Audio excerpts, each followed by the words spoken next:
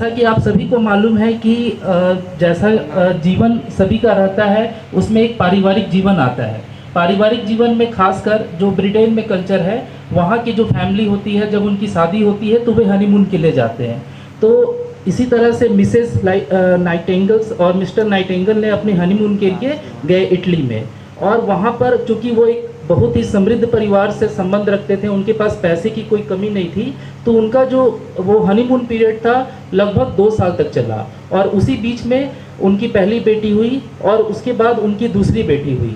जो दूसरी बेटी हुई तो वो इटली के फ्लोरेंस नाम की जगह पे हुई, और इसलिए उन्होंने अपनी बेटी का नाम रखा फ्लोरेंस नाइटिंगेल।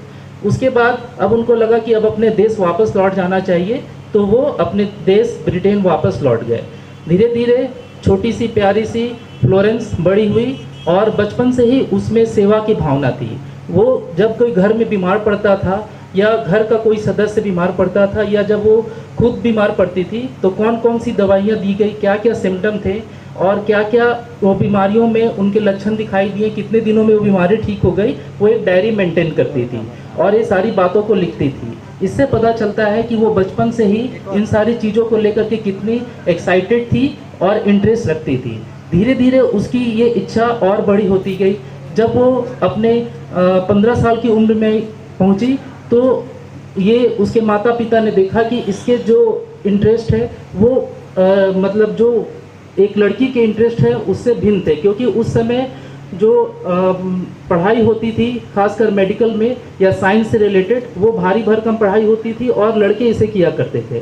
तो एक चिंता हो गई उनके माता पिता को कि किस तरह से ये आगे बढ़ेगी समाज में, चूँकि हम कैसे इसको हैंडल कर पाएंगे, क्योंकि उस समय नर्सिंग का कोई कॉन्सेप्ट नहीं था और नर्सिंग का प्रोफेशन उतना जाना माना नहीं था। हॉस्पिटल में नर्स के तौर पर आया हुआ करती थी जो मरीजों की सेवा करती थी, और वो भी मिडिल क्लास फैमिली या जो कमज़ोर घर के होती थी लड़कियां, वो लोग आकर के काम करती थी। तो माता पिता के मन में ये सवाल उठने लगा और उन्होंने इस चीज़ के लिए उसे मना किया कि बेटी जो तुम ये इंटरेस्ट अपने अंदर रख रही हो ये सही नहीं है, हमारे फैमिली बैकग्राउंड को ये सूट नहीं करता है। यह सुन करके उसकी आंखों में आंसू आ गए और उनको ऐसा लगा कि शायद जो वो सपना देख रही थी, जिस चीज़ से वो मोहब्बत कर रही थी, शायद वो उससे छिन जाएगा, और उसके आंखों से आंसू आने लगे। उसकी इस स्थिति को देख करके मुझे कुमार विश्वास की 2 पंक्तियां याद आती हैं कि मोहब्बत एक एहसासों की पावन सी कहानी है, कभी कबीरा दीवाना था कभी मीरा दीवानी है, यहाँ लोग कहते हैं मेरे आँखों में आंसू है, जो तू समझे तो मोती है, जो ना समझे तो पानी है। तो इस तरह के जज्बात उस समय उस लड़की के मन में थे। खैर उसने उस स्थिति को संभाला और सोचा कि चलो ये बुरा वक्त है, इसे जाने दिया जाए। सोचिए इतनी समझ उस समय उस लड़की के मन में आ गई थी। धीरे धीरे चूँकि उनके पास पैसे की कोई कमी नहीं थी इस फैमिली पर, तो फैमिली को लगा कि चलो इसे कहीं घूमने फिरने ले जाया जाए तो इसका मन बदल जाएगा। और फैमिली फ्रेंड जब कभी जाते थे ऑस्ट्रिया या कोई दूसरे देश घूमने जाते थे, जर्मनी जाते थे, तो वो अपनी बेटी को उनके साथ भेज देते थे ताकि इसका मन बदल जाए। लेकिन जिसके मन में जो चीज़ फिट हो जाती है वो उसके मन से नहीं जाती। जब वो अपने फैमिली जो रिश्तेदार होते थे उनके साथ घूमने जाती थी दूसरे जगह, तो वहाँ पर वो बगल के हॉस्पिटल में उनसे दोस्ती कर लेती थी। वहाँ जा कर के अपना 2 से 3 घंटा या 4 घंटा जो भी टाइम में बिताती थी और नई नई चीज़ें मेडिकल के क्षेत्र में, नर्सिंग के क्षेत्र में सीखती थी और अपनी डायरी में नोट करती थी। इस तरह से उनके माता पिता को ये बात मतलब पता नहीं थी, लेकिन वो अपनी तैयारी कर रही थी।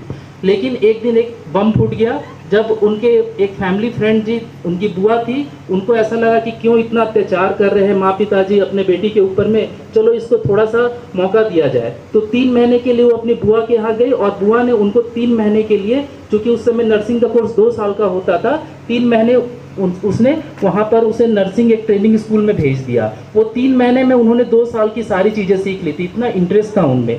फिर जब वो वापस आई तब उसे रहा नहीं गया और उसने हिम्मत दिखाई और अपने माता पिता से कहा, अब वो 25 साल की हो चुकी थी, कि पापा मुझे सामने जो हॉस्पिटल है वहाँ पर जाना है और नर्सिंग की ट्रेनिंग करनी है। ये सुन करके उसके माता पिता के जो है चेहरे की हवाइयाँ उड़ने लगी, लेकिन पिताजी ने उन्हें सपोर्ट किया और बोला कि ठीक है, आप यहाँ नहीं जाओ, आप जर्मनी में जहाँ पर कर रही थी ट्रेनिंग वहाँ पे जाओ और कंप्लीट करके आओ। ऐसा सुन करके उसके मन में एक ऐसी आशा की किरण जगी जिससे शब्दों में बयां करना काफ़ी मुश्किल है, और उसे लगा कि कहीं ना कहीं जो उसके मन में वो चाहत थी वो अब पूरी होने वाली है।